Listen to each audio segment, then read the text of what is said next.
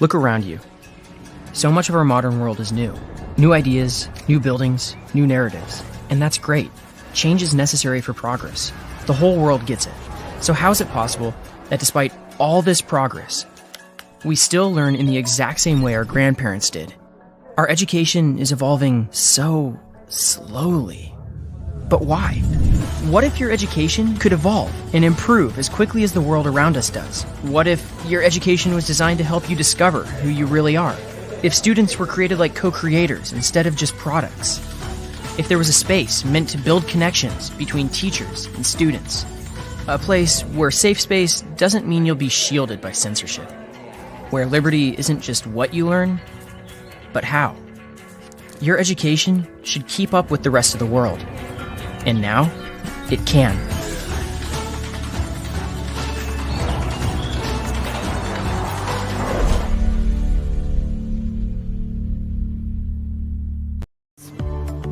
Nosotros con esta fundación queremos abrir nuevos caminos, que jóvenes de capas sociales bajas puedan acceder a tener otro futuro a través de su educación y de su profesión, otra vida en el futuro. El acompañamiento de la beca se trata más que de un apoyo económico, mantenerse en contacto cercano, porque ellos, además de que me brindan pues la posibilidad de estudiar y de tener la beca, siempre están como preocupándose por mi bienestar y por todo lo que necesito para poder seguir adelante. La beca entonces me permite, la verdad, crecer en todos los sentidos y todos los aspectos de mi vida.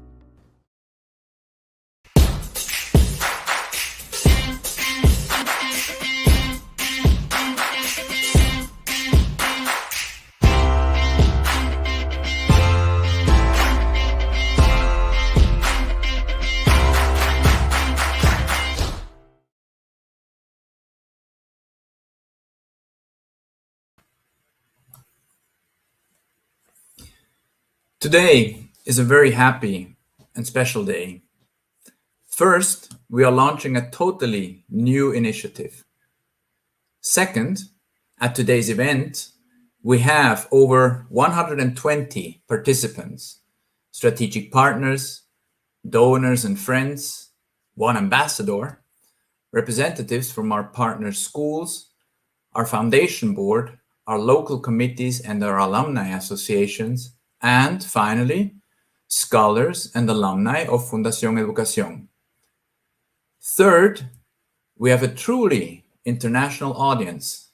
So welcome and thank you very much for being with us from all over the globe, from Switzerland, Germany, Israel, the USA, Peru, Colombia, El Salvador, and last but not least, Guatemala. All I can say is, wow.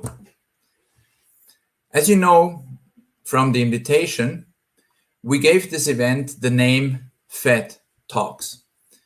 This follows the great example of the renowned TED Talks, whereby we slightly adapted the term with 3 letters from the name of our foundation. TED Talks, as you know, consists of posting talks online under the slogan, "Ideas Worth Spreading." The speakers are given a maximum speaking time to present their ideas in the most innovative and engaging ways they can. In the 26-year history of Fundación Educación, we have granted over 1,300 scholarships to talented young women and men from low-income families in Latin America. Nearly 1,200 of our alumni are meanwhile well-established and successful professionals. This achievement fills us with enormous pride, but also with much satisfaction. Taking this track record, it is clear that our scholars and alumni have hundreds of great stories to tell, hundreds of ideas worth spreading. This is how the idea to launch a series of FED Talks was created. We simply combined the abundant wealth of stories from our chicos, as we affectionately call them all, with technology, and bang, here we are.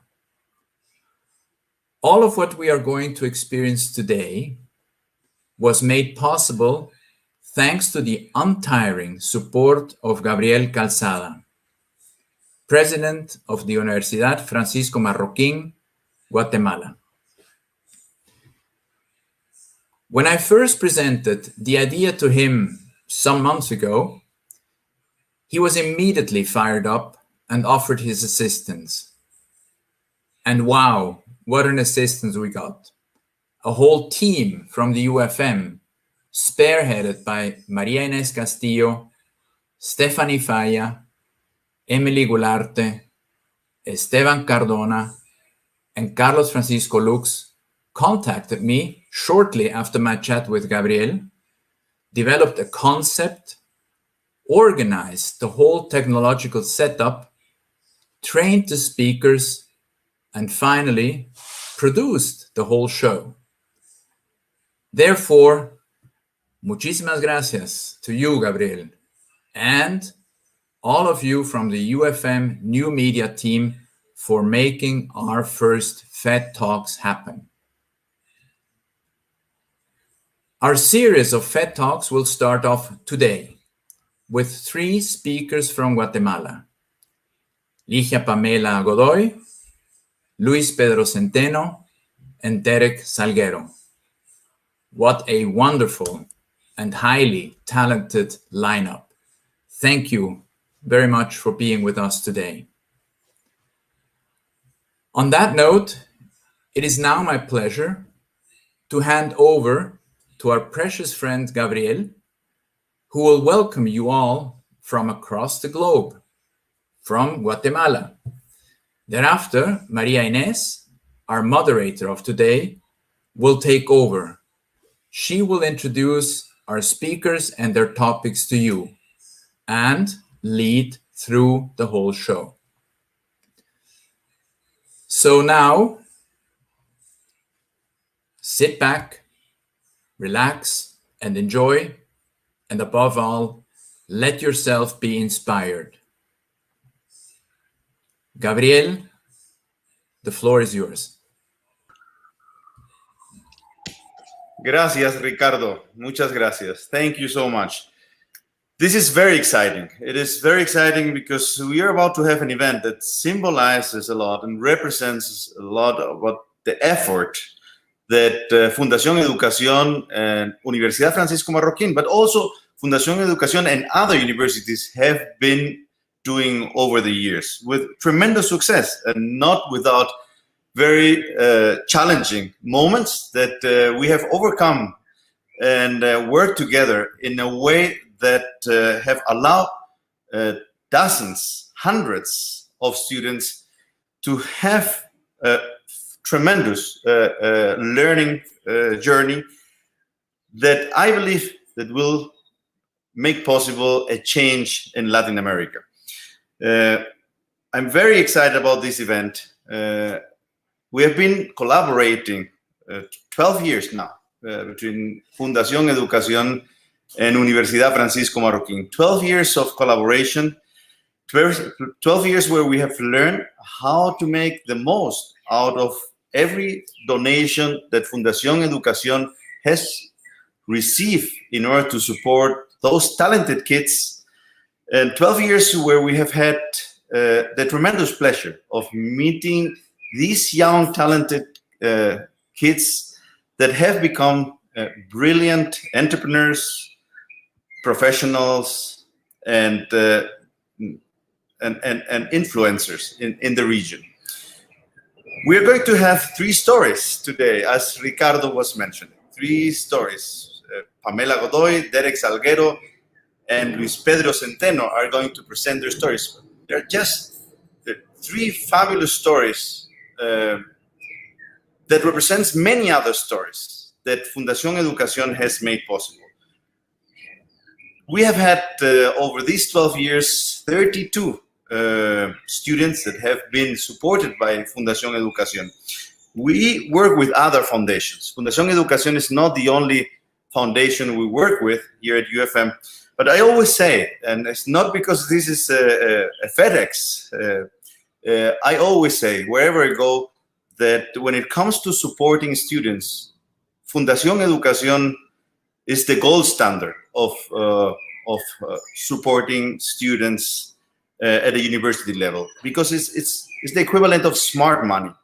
It's a foundation that not only sends the financial support, but accompanies each of the students and the university through the journey that the students have in order to make those journeys a success for the students, a success for the country.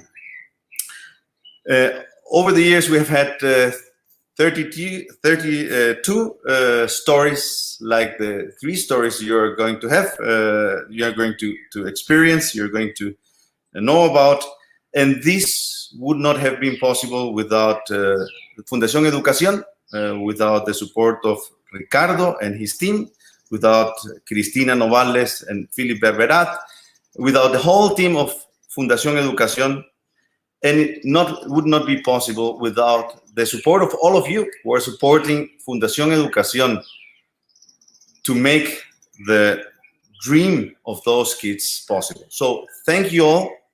Thank you all for your support to Fundación Educación. And thank you for making time and being here today.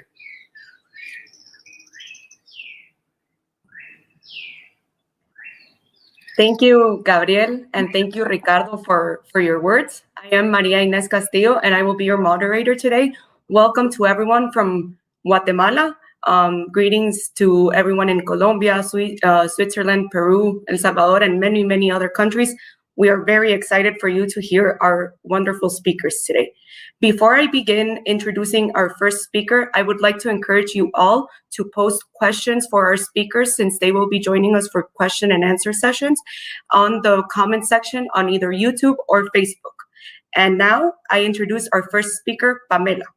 Pamela holds a degree in entrepreneurial engineering and graduated magna cum laude from UFM in 2013. She also holds a master's degree in engineering and innovation management from Universidade Federal do ABC in Brazil. Since graduating, she has held positions at large multinational companies like Procter & Gamble and Colombina. She currently works as innovation coordinator at Grupo Progreso, a multinational cement company. Pamela is passionate about corporate social responsibility and helping others, and has always been a dedicated and responsible person. And now with you, Pamela.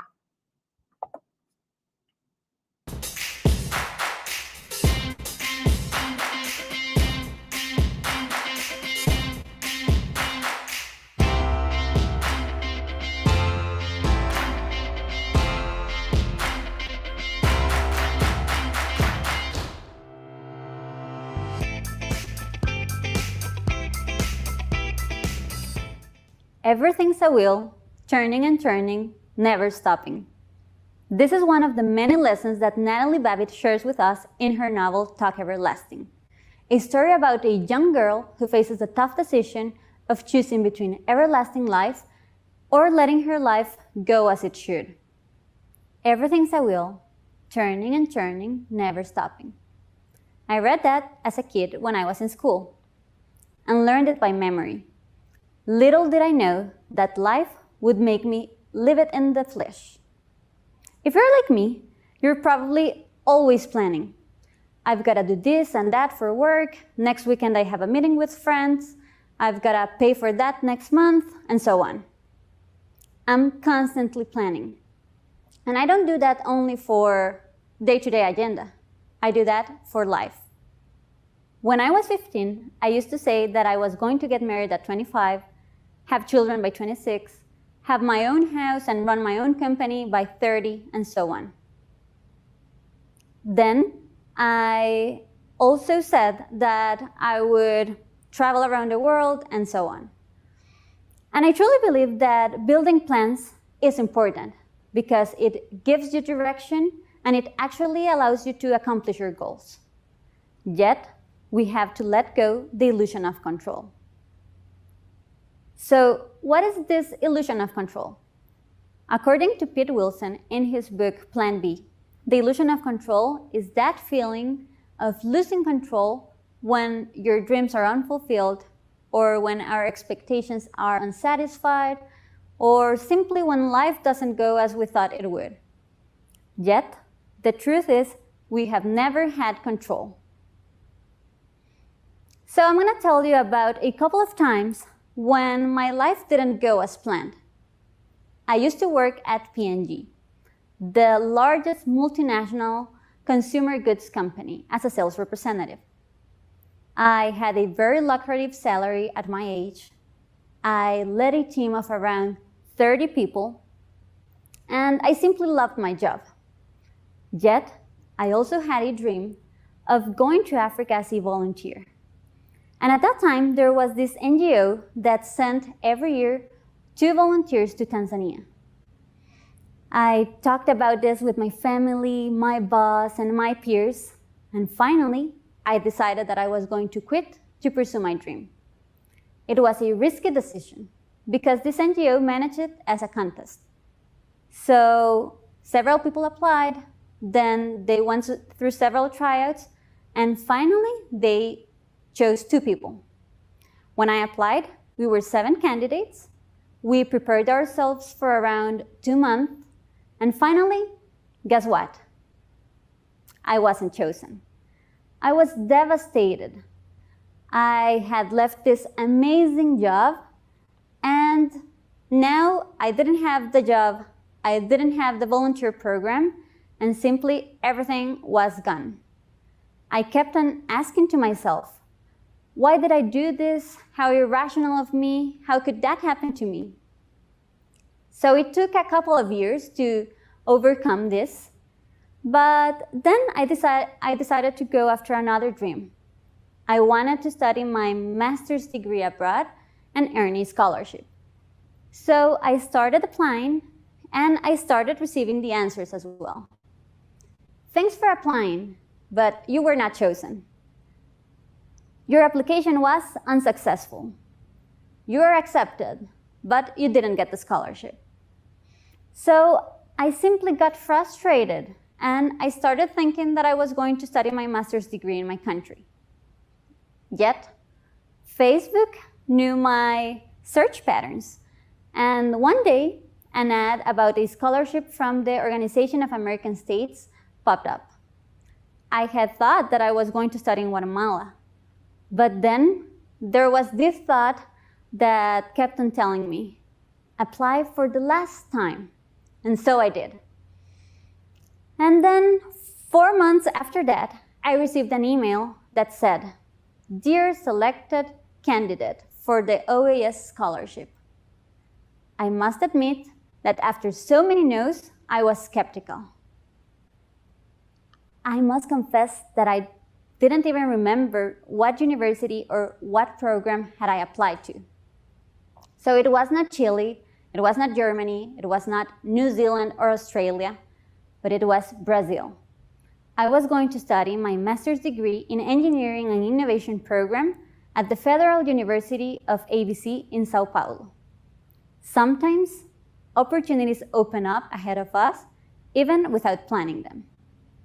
At that point, I learned that quitting my job at P&G, not going to Africa as a volunteer, and not getting the scholarship from all of these places that I applied to was simply the path that I needed to go through to accomplish my dream.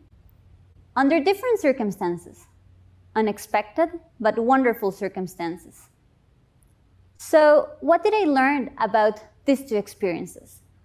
First of all, I learned that I have to be humble at all times. Life doesn't always go as we think. Then, I learned that family and friends are our greatest cheerleaders, especially when we feel that the world is falling apart. I remember I was 26 and I was crying inside my parents' bed because of this. But here there was my safety net holding me tight and telling me to keep on hoping and keep on applying. I also learned to let go, that control is just an illusion. And finally, Now I recognize that I developed different character traits when I came out of my comfort zone. I know that today I am a stronger woman compared to the Pamela of that time. So let's remember that the only thing that's constant in life is change. And if life is constantly moving, so should we. We have to learn to adapt, make iterations, and keep on moving forward, even if there is any difficulty. And that is called resilience. We have to learn not to get frustrated, but to navigate in this sea of uncertainty. And also, remember to make a stop and reflect on the different lessons that we have learned throughout the journey. Let's be hopeful for the future. As Natalie Babbitt also said, that's life. Moving, growing, changing. Never the same 2 minutes together. Thanks for listening to a little bit of my story.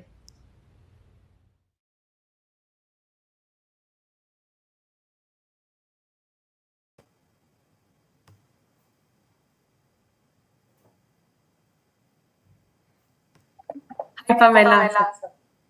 Hi, How are you? Good. It's so nice to be sitting here with such a successful and determined woman. So I have a couple questions for you. Thank you very much. How important is it that Fundación Educación fosters young women? Well, there are many young women who are very intelligent, passionate, energetic, but that don't have the resources to fulfill their dreams. So it's very important that Fundación Educación and all its partners support the education of many young women who are capable of transforming their environments. That's great. And what do you think the future role of women in Latin America should be? You're such a successful person who has held so many positions at large multinational companies. So what is your take on what the role of women should be? Nowadays, many women are already making a difference in their families, their schools or colleges, their jobs, their countries. So for sure, I believe that in the close future, many women will be occupying even more leadership positions. Yeah. And what is your dream regarding the role of women in Latin America? My dream is that all Latin American women will have access to high quality education and jobs that will help them achieve their goals and make an impact in their own lives, their families, and their communities. Thank you so much, Pamela, for joining us and for giving us your story about how life doesn't always go as expected, but we should always be open to new changes. For sure, and thank you for this space and for allowing me to share a little bit of my story. Thank you. Bye. Bye. And now we continue with our next talk. Before we begin, I'd like to encourage you all to post your questions for our next two speakers, Luis Pedro and Derek.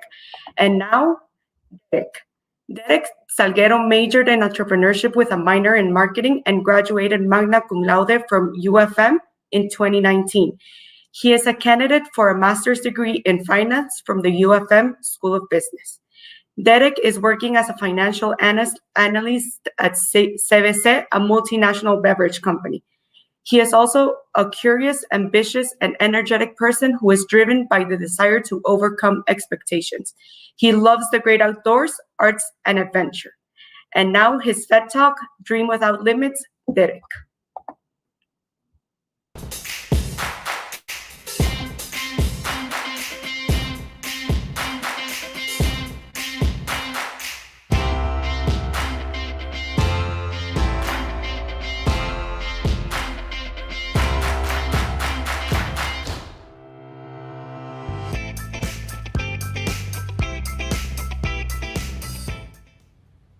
Hola, mi nombre es Derek Salguero. Soy un joven guatemalteco, procrastinador por naturaleza, un soñador por profesión y un desastre por talento. Desde que era muy pequeño, mis papás me enseñaron que el único que podría ponerse límites a sí mismo sería yo. Me empoderaron desde esa edad a creer en el valor de los sueños sin imponer límites a ellos. Pero hicieron mucho énfasis en que el único interesado en lograr esos sueños y transformarlos en objetivos sería yo. Que yo era el único responsable de hacerme cargo de esas grandes metas. Así que hoy vengo a hablarles de que nunca debemos de ponernos límites a nuestros sueños. Debemos de soñar en grande. Pero después de soñar debemos de actuar y estar dispuestos a vivir con las consecuencias que hayan traído nuestros actos. Soñar en grande es un tema que ha generado mucha discusión. Y muchos hablan de que soñar en pequeño cuesta la misma energía que soñar en grande. Pero hacerlo, y hacerlo sin límites, tiene un valor que va más allá de la comprensión de la mayoría. Porque muchas veces nos atrevemos a soñar únicamente bajo los prejuicios ilimitantes que nos ha impuesto la sociedad, nuestra familia, nuestro contexto, el país en el que nacemos, la educación que tenemos. Pero abrir tu mente a una oportunidad más grande, más allá de lo que puedes comprender en este momento, es darle cabida suelta a soñar. Es fácil divagar por horas durante un día entero soñando en las posibilidades.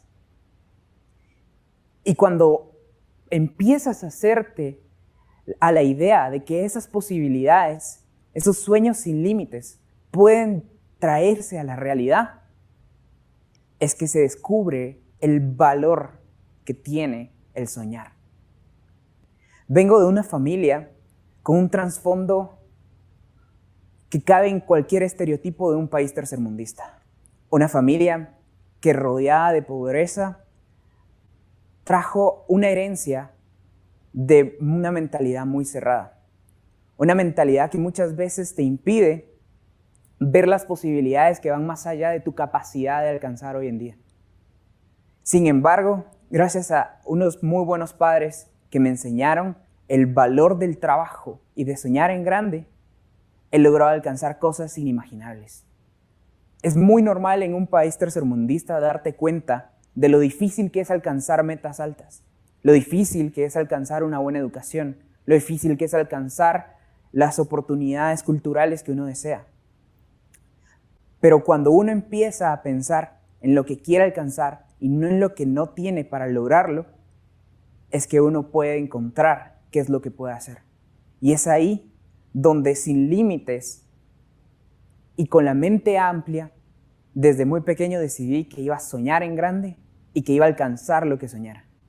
Y en tan solo 23 años he podido ganar becas internacionales, he podido ganar becas nacionales, he podido ganar concursos internacionales, he podido ser parte de cientos de iniciativas benéficas, he podido hacer cientos de ascensos en diferentes volcanes, montañas, he sido parte de diferentes eventos artísticos, he sido ganador de múltiples reconocimientos, he sido representante de múltiples organizaciones y he visto cómo en la vida no hay límites. He podido conocer el mundo, he podido conocer diferentes culturas y conocer a mucha gente. Porque nunca me quedé con la idea que lo que tenía a mi disposición era lo único que podía alcanzar. Pero para alcanzarlas se tiene que hacer algo al respecto. Y me niego a la idea de creer que lo que la sociedad te impone que deberías de ser es lo único que puedes alcanzar. Porque en base al trasfondo que tengo, en base a la vida que se podía decir que podía llegar a tener, la aspiración que yo debería de estar viviendo hoy en día era muy diferente. Pero aún rodeado de un mundo de prejuicios y limitantes, atreverte a creer, no, yo quiero algo más grande, te da la oportunidad a hacer algo al respecto. Porque cuando uno sueña, puede hacer algo al respecto. Y es allí donde aprendí el valor de actuar, el valor de tomar el paso para acercarte a ese sueño. A veces puede ser tocar una puerta, a veces puede ser mandar una aplicación, a veces puede ser insistir una y otra vez en un mismo lugar. Pero cuando uno vive con la convicción de que los sueños que tiene los puede alcanzar y son lo suficientemente retadores para sacarte de tu zona de confort, es que uno puede empezar a imaginarse y ser creativo de cómo lograrlo. Y es por eso que después de soñar en grande hay que actuar y animarse a actuar congruentemente a la grandeza de ese sueño. Aunque sea loca, aunque sea arriesgada, sin importar que a veces no lo vamos a alcanzar. Porque aunque en un día he logrado alcanzar grandes cosas y en una semana he transformado mi vida muchas veces, en otras llevo años y no lo he logrado. En otras ha pasado un gran porcentaje de mi vida y todavía no se ha dado. Pero me niego a creer que porque algo no sucede hoy, o no sucede mañana, o no pasará en este año, no puede llegar a suceder. ¿Y qué más da? O sea, ¿qué más da que el sueño lo pueda transformar y seguir soñando en grande y que pueda alcanzar y aprender? Porque en algunas lo voy a lograr y en otras no lo voy a lograr. Pero mientras siga viviendo apasionada e intensamente con la convicción de que puedo alcanzar ese sueño, lo seguiré haciendo una y otra vez. Y ahí es donde se descubre el valor que las consecuencias de atrevernos a actuar en pro de alcanzar esos sueños valen la pena. Valen la pena porque nos acercan un poquito más y nos podemos disfrutar el proceso. Vivo apasionada e intensamente mi vida. Disfruto del tiempo porque vivo soñando, vivo actuando por mis sueños y estando consciente que tal vez no sea hoy o tal vez no sea mañana, pero nunca voy a dejar de soñar. Muchas gracias.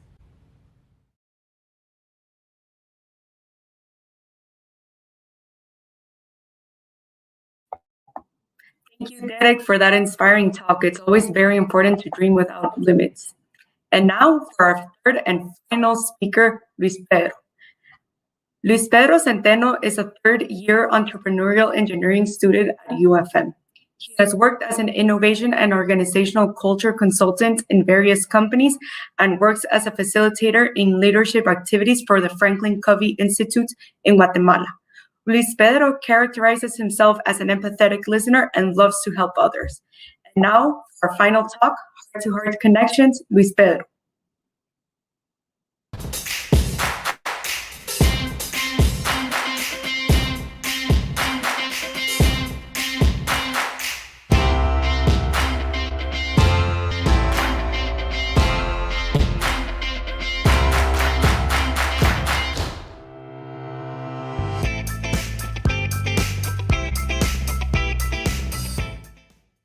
I want you to think about a song that has spoken to your heart, one that you thought it was written for you the first time you listened to it.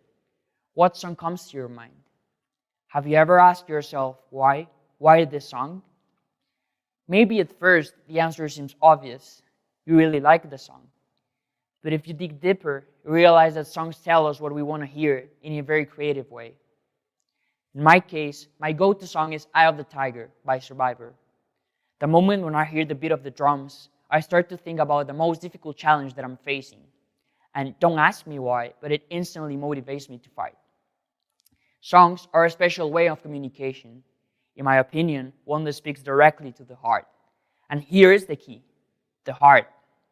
While I was growing up, I noticed that my type of communication was very different from others. My mother always reminds me that on the first day of kindergarten, while all the kids were crying for their moms, I was passing, one by one, sharing them a hug and some words of encouragement. I imagined something like, don't worry, it's gonna be okay, calm down, but actually only my mom knows what I really said that day. What I want to say is that I decided to see communication as the most powerful way to connect with people. In the last 5 years, I've been involved with different leadership groups, teams, and professionals. My main goal has been to build an environment free from all the gossip, prejudice, and paradigms, and make it more open to this connection that I've talked about. I have named this way of communication between teams and professionals heart-to-heart connections. At first, it was not a concept that I built to write a book or an article to explain the steps. I just knew that heart-to-heart connections is a path that you can decide to follow to design your life and all the personal relationships it may create. You may have heard this term before, but it's not usually applied in the workplace. However, it can really make the difference to improve team performance. I understood this last year while I was working as a consultant in a technology company here in Guatemala, and they gave me exactly this challenge: create an environment that improved team performance. At first, it seemed a hard task, because I barely knew the team. I helped the company during the quarantine of the pandemic, so all of my first meetings were virtual, and only a few members turned their cameras on. Actually, something very usual during the virtual meetings today. But for a person like me that needs to create real connections with people, this was a difficult challenge. So I decided to organize a face-to-face activity with all the safety protocols and everything else. The activity was called the Why Mural. I took the idea from Jeff Hoffman, global entrepreneur and motivational speaker. The activity consisted in asking everyone to bring a picture that represented their why. Why were they working in the company? And the idea was to share all the whys and paste them in the wall, with the promise that one day they were supposed to be taken off because the whys were already achieved or accomplished. The day of the activity, I really didn't know what to expect. I was just hoping that they took the activity seriously. But it all started as planned. Actually, I could feel the anxiety of everyone to share their whys. Each and every team member took their turn. And being honest, some years later, I finally understood the concept of heart-to-heart connections. Many of the whys were very unexpected and powerful for me. There were things like to provide a decent home to a family, or to be worthy enough to see a daughter again, or to be able to travel back to a native country. Or they were just simple dreams that would make them and their family happy. That day, we all created a heart-to-heart connection. Sharing our whys made us to get to really know each other. It crossed the barrier of the daily work role. Since that day, I felt that I was not only working for me and my personal goals, but I was also working to help my coworkers achieve theirs. I felt, with some affection I may say, that my role in the company was very important to help my teammates grow in a personal and in a professional way. But that connection was even more powerful when I noticed that they felt the same about me. That day, the 14 team members felt valuable. They felt important for the company because in some way, they found other 13 reasons for them to make their best in their roles. Heart-to-heart connections consist in the questions, the way we ask them, the interest we show in other people, the respect we show to their ideas, the participation we give them in a meeting. It is all about the details. As leaders, CEOs, and team members, we have in our hands the possibilities to create these connections, actions that will make our partners feel valuable, important, and encouraged. Heart-to-heart connections is all about empathy. It's about making people believe that you believe in them. But it's not a skill that you can apply as a method in a meeting. It is a decision that you have to make every day in the form you want to communicate with people. After this activity, I realized that heart-to-heart connections is not necessarily related to face-to-face interactions. Once we as a team gave a step forward to our relationships, even the virtual meetings were exciting and interesting. We just have to pay attention in what type of communication we want to create. Is it only a virtual connection, social media interaction, a like, or a message, or is it related to the heart of the person that is in the other side? We are living in a globalized and digital world that is constantly changing, so it's very important that we ask this question. Now that I'm 21, I can assure you that I'll still have that 2-year-old heart, looking for someone in the need of a hug, a word of encouragement, or a piece of advice. But what is most important is that I understand that if I care about other people, their goals, and their ideas, I have the power to make my family, friends, and teammates perform better in their daily lives. And the surprise is that they can do the same for me. Thank you.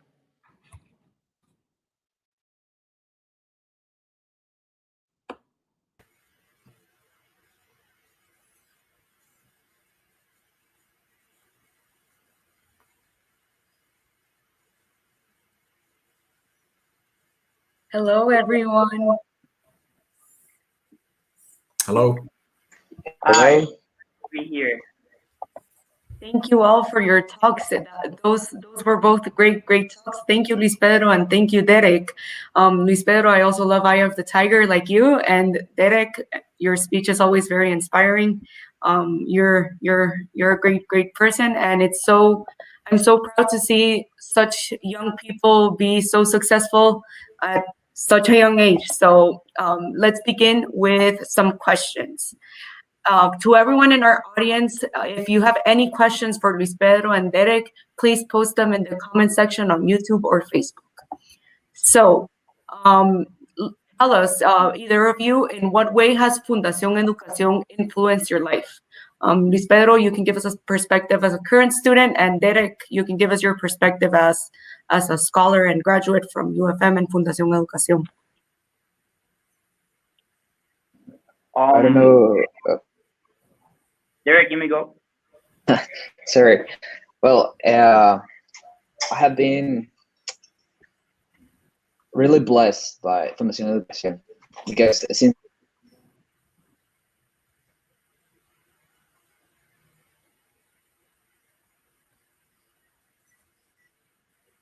I think we lost Derek, but Luis Pedro, do you want to continue or tell us what the impact of the foundation and UFM has been on your life? Yeah, sure. Well, I think that values like commitment and excellence are some of the values that I truly have lived since I am in Fundación Educación. Are words that are repeatedly told in meetings. I want all the staff. And yeah, so commitment is a word that I've learned how to live, and especially as a student, a commitment is an important word. So yeah. That's wonderful, and welcome back, Derek. Do you want Sorry. to? It's okay.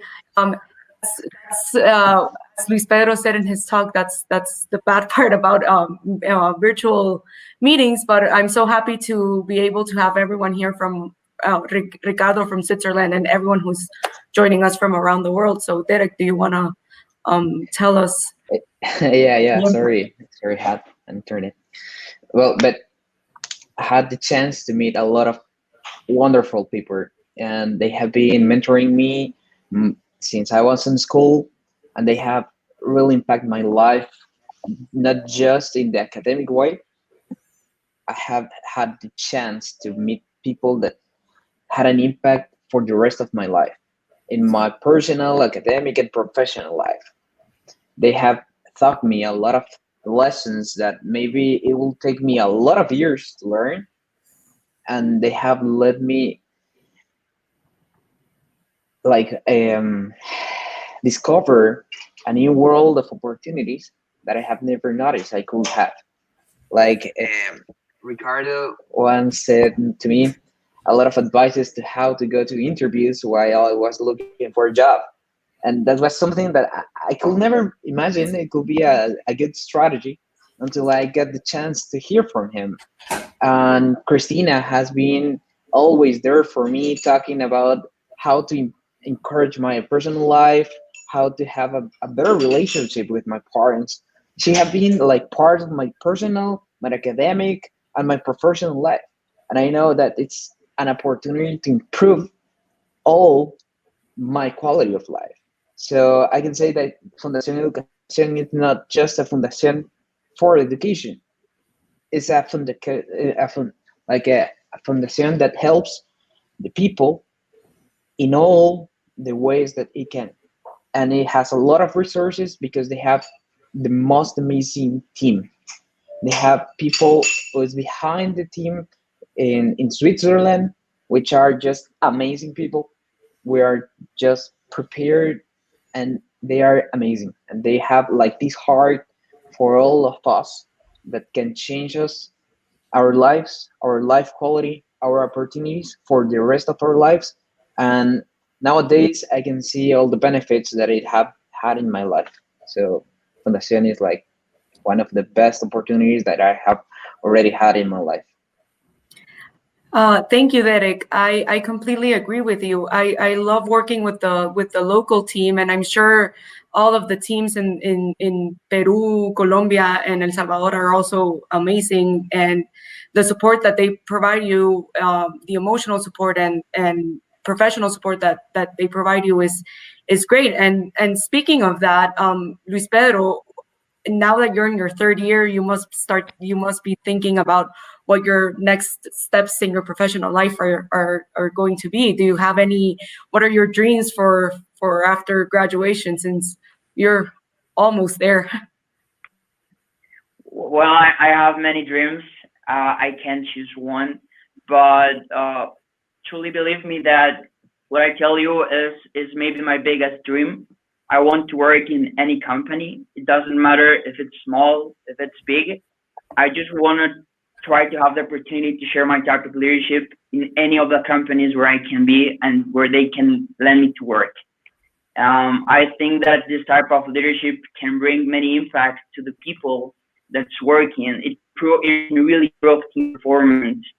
So I have many dreams, many dream companies. I can tell you many of them: Tesla, Google. I would love to work for them. But yeah, let's see what happens. I will fight for it. Believe me, I will really fight for it. I know you will, Luis Pedro. So we have a question from Carla Castillo de Jes on YouTube. For both of you, what two advices will you give the next generations? Derek? Well, I could say the same preacher have been saying. It's like never stop dreaming. You have to dream big, and you have to give the chance to your mind to learn a lot of new things so you can dream bigger. So don't stop thinking that what you know today is everything that's around in the world. Just go out of your comfort zone. Try to learn something new, learn a new language, learn a new sport, learn art, something new. You just have to do something new every day. And maybe next day you will be able to dream about something you were not able a few years ago, because that's how the mind works. You have to evolve every day, because the only thing that's for sure is change. So you have to keep evolving and changing every day if you want to be more prepared for the rest of your life. Maybe that's my advice. Thank you, Derek. What about you, Luis Pedro? Well, my advice is very simple. Find your why. And I want to explain. For example, when someone buys to your product, they don't buy it to you because of the product. They buy it because why did you sell the product? Just like Apple, for example. Apple tells you why you want to buy their product. But the same happens with people. People will buy what you say, not because you say it, but because of why you say it. So you really need to find your strong why. And related to the talk that you saw, I think that finding your why is the best way to start to create heart-to-heart connections with people. So definitely that would be my advice. Find a strong why for your life. Yeah, that's great advice from both of you. Derek, you're the king of stepping out of your comfort zone. I think we all from your Dream Without Limits talk. And Luis Pedro, I know that your powerful message from Heart to Heart Connections is something that will transcend to other generations. We have a question from Cristina Tot for Luis Pedro. What is the most important thing you've learned at UFM so far?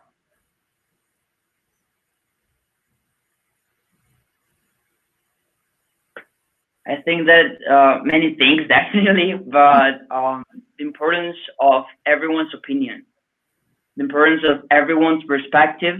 I think that it's one of the most important parts that I can take from the UFM. I still have a year, maybe I'll learn something more valuable, but for now, I think that listening to everyone's perspective gives you actually the big picture to take action in what you want to create. So if I can tell you one right now, the first one that comes to my mind is the different perspectives that everyone has in the university, and the freedom we have to share our perspectives, which is very important also. Thank you. I agree with you. Being at UFM opens your mind to hearing other points of view and perspectives. And what about you, Derek? What was the most important lesson you learned at UFM in your 4 years there?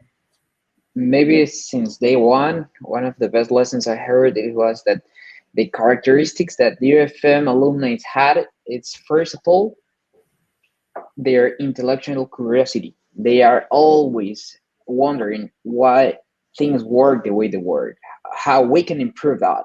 And that desire to understand new things is one of those characteristics that all the UFM alumni have. And the second one, it's networking. There's an invaluable way to understand networking. It adds so much to your life. Like Luis Pedro said, talking to new people opens your mind. Talking to new people opens you a new job. Talking to new people opens you an opportunity. Everything is about people. And when we learn that we have to understand the things and be capable to talk with the people and be capable to work with the people, we can do something a lot better. So maybe that's one of the most important advices I heard in the UFM and have led my life to where I'm on today.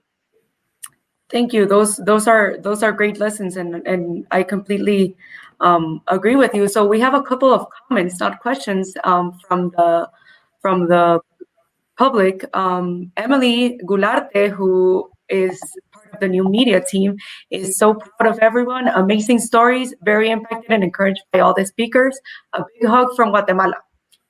Cristina Novales, she is congratulating Derek for an excellent message. You are a young man who always achieves what he sets out to. And Luis Pedro, speechless. Congratulations. And from Sandra Valencia, stories of from our our youth are always inspiring. Thank you, Fundación Educación, for this great initiative. And we have a question from Diana Prado on Facebook. Hi all, great event, amazing and inspiring stories. Question for both of you. What has been the biggest challenge during the university and how did you overcome it?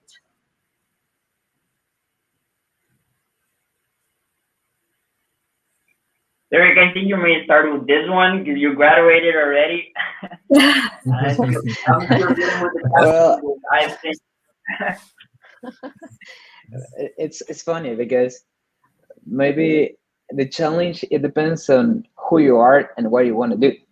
Because I had like this travel that I love all the courses that I haven't in university, but the time was limited. So even though I tried to get extra courses in the university, it was not enough. I wanted to learn more. And the university have so much options and have such a good networking that I was always in internships and a lot of events, a lot of competences. So I was never able to have enough time to whatever I wanted to do. So maybe my biggest challenge was how to say no to big opportunities, because university have so much value to add to your life that maybe learning how to say which I have to prioritize was some of the biggest challenge I had. Because the academic way, it's something really important. We have some of the best teachers in the world in a lot of topics. So they have so much to add to your life. I had a lot of teachers which we used to get out and drink a coffee and talk for hours, but the day has only 24 hours. So how am I supposed to drink a coffee, get into my courses, also get my job done, and at what time I gonna sleep? You know, it's maybe the time. It's one of the hardest way and the hardest challenges I had in the university, and maybe then everything is like just something you enjoy to do. I enjoyed the challenges, so it was part of what I wanted to do. But yeah, learning how to deal with the time, being always responsible with the deadlines, that's maybe one of the biggest challenge I had. And also because I'm a disaster, so it doesn't help when you're a procrastinator. But it was my challenge, my biggest challenge. Thank you, Derek. What about you, Luis Pedro, in your 3 years? Well, let me tell you that I can't agree more with Derek. I think that he said what actually is a challenge maybe for everyone in the university, especially at UFM. We have the blessing that they gave us amazing opportunities, and we have a lot of opportunities on the table. And I think that the problem is not how to say no. I think that the biggest challenge is to choose, because all of them are great opportunities, and definitely the time is one of the biggest challenges. I mean, one of the biggest barriers. But yeah, choosing between all of the opportunities that we have here at UFM, I think that has been one of the most difficult challenges that I've been facing during these 3 years that I've been doing. Yeah, I agree with you. There are so many activities going on at UFM and so many great people to talk to that, like Derek said, 24 hours doesn't seem like enough time to work and to take advantage of every opportunity. But Derek, you graduated magna cum laude, so that's a huge deal. You were able to balance it out. And Luis Pedro, I can't say anything about your grades. They're amazing. One of the best students at UFM. So a question for both of you again. From Emily Gularte. What is a current struggle or fear that you see young people face when pursuing their dreams, and how can they combat this? The mental barriers, because sometimes they think that the only way to solve a problem, it's like the ideal way to solve it, but there are so many creative ways to approach new challenges that sometimes youth think that they know all the answers. And when you're youth, you don't know almost anything, so you have to learn a lot of things, and you have to be creative. You have to be able to ask for an advice and look for a different perspective to approach a new challenge. So maybe like being humble enough to approach a challenge that it's important for you, it implies ask for an advice to someone who has a longer period of time in the same challenge you want to get involved. So maybe that's one of the most important challenges. And the other one, it's like they are so accustomed to all the easy things. We all want everything to be fast, everything, because we are accustomed to 30 seconds video. We're accustomed to a lot of likes in the social networks. We're accustomed to express food. We're accustomed that everything has to be fast, and fast in our time. And we're always wanting to say it has to be faster. So maybe being patient enough, being humble enough, it's one of the biggest challenges when you are accustomed to have all the resources that the technology have add to our lives, and thinking in a creative way when you approach a new challenge. Thank you, Derek. Luis Pedro, do you have any advice? I try to have a short answer. I see this question reflected in my 16-year-old brother. My brother is always like, oh, I want to do this, but imagine if this happens. I'm not if I'm prepared for that. Or what if I do this? And he's insecure of taking decisions. And it's obvious. Next generations, my generation also, has many options to choose, as I was telling you before. They have many tools. They have many platforms. They have the internet. That's everything. So maybe one of their difficult challenges is actually to choose. That's why it's very important for them to find their mission, to find their why, actually to find what they want for life and take those decisions since they're young. And yeah, that's it. That's my answer for that. Oh, thank you, Luis Pedro. Actually, your answer leads us perfectly into the next question. You were saying that you like to give advice to your younger brother on your based on your experiences and everything you've learned. So, a question from Lisa Hankel on Facebook: what do you think your impact has been on your fellow classmates?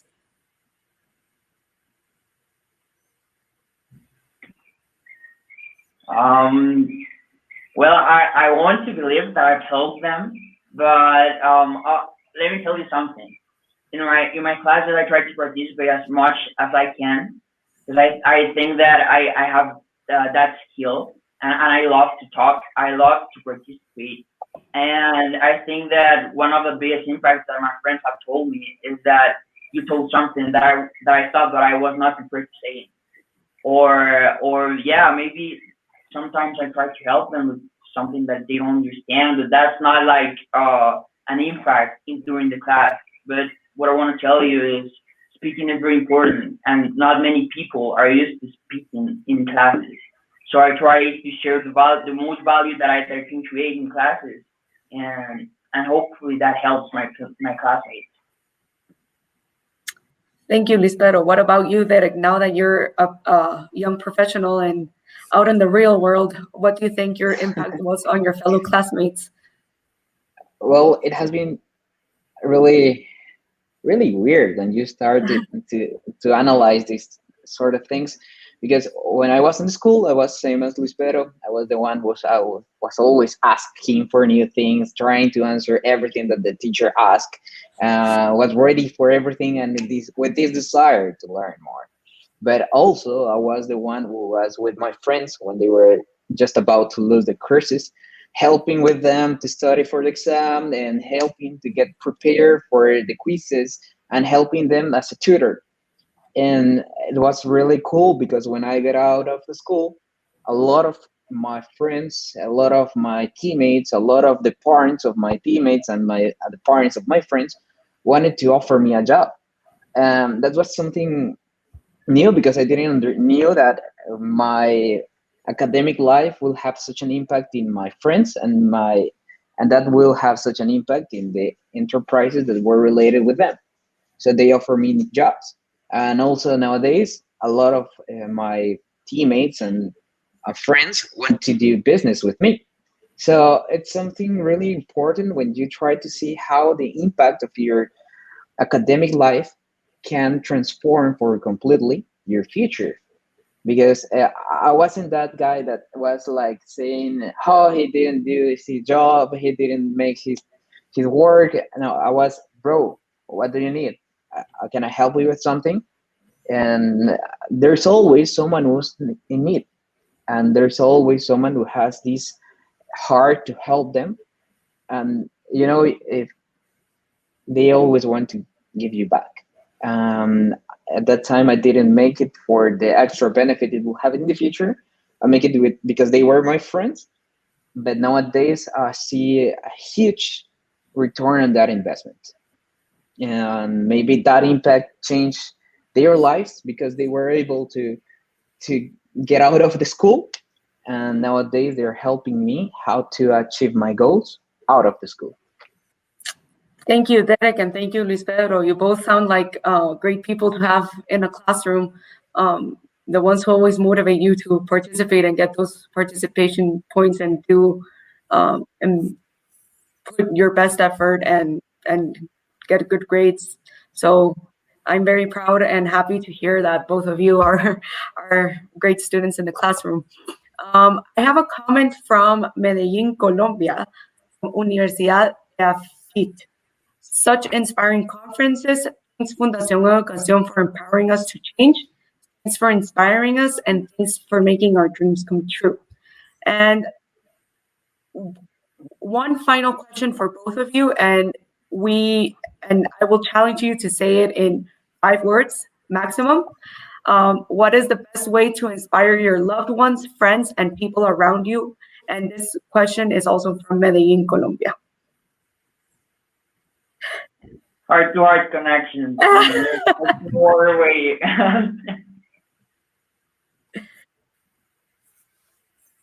What about you, Derek?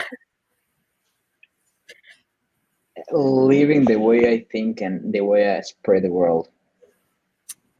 That's great. That's great advice for your loved ones. I think the biggest challenge is keeping it to less than 5 words, right? So with that, I'd like to end this Q&A session. Thank you to everyone from around the world for tuning in and for posting your questions. And thank you, Luis Pedro and Derek and Pamela for giving us your inspirational talks. I've enjoyed them so much, and for giving us some time for this Q&A session. So thank you. And now some closing words from Ricardo. Good. Well, thank you very much once again. Probably like many of you, you're somehow close to tears when you hear about our chicos. So thank you. I'd like to start by thanking Pamela, Luis Pedro, and Derek for your outstanding and inspiring speeches. I think we just all enjoyed them very much. And for us at Fundación Educación, it always fills us with great joy to see how you and many other of our chicos grabbed the opportunity of a higher education to change not only your lives, but also the lives of many others. All of you are perfect examples of what we aim at, creating role models for many other young talents to follow, or, as our slogan says, empowering talent for change. And we all know Latin America indeed needs change. So once again, I'd like to thank Gabriel Calzada and his very, very dedicated team at the UFM, Maria Inés, Stephanie, Emily, Esteban, and Carlos Francisco for organizing and producing today's event. And this is the most important thing probably in life, for turning an idea that was created some time ago into reality. As mentioned to you, today marks the beginning of a series of FED Talks. And obviously, we all hope that you enjoyed today's premiere as much as we did. I certainly did a lot. On behalf of all of us at Fundación Educación, I thank you very much for being with us today, as I said, from all over the globe. And we would be delighted to welcoming you again at our future FED Talks. So please stay tuned for your next invitation. Finally, I take the opportunity to thank you all for your interest and support over all these years. This means a lot to us. It's thanks to you that our whole team of meanwhile 30 dedicated persons, almost all volunteers, can do its work and systematically achieve the high performance of our program, the high performance you can expect from Fundación Educación. In that sense, we all hope that whatever we do at Fundación Educación is also for you an idea worth spreading. Again, muchísimas gracias to all. Happy day or happy evening, whatever the case may be, and see you soon again. Thank you very much.